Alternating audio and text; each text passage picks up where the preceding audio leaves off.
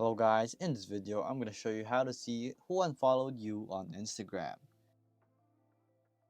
So to do this, just go to your account, go to the three buttons in the top right corner, and then go to your own, let's just see right here, your own activity.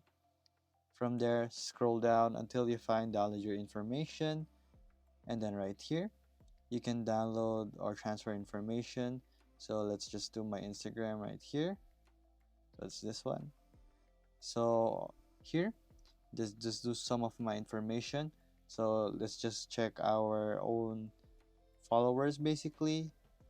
So let's just search it right here, followers and following, and done.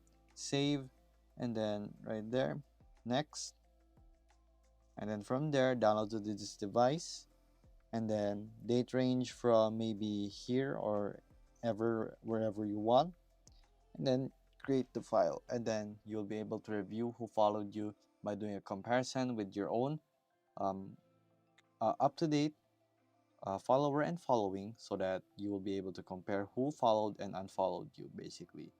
So there you go guys, it's just that simple how to do this. So just go here, check your following and followers. So there you go.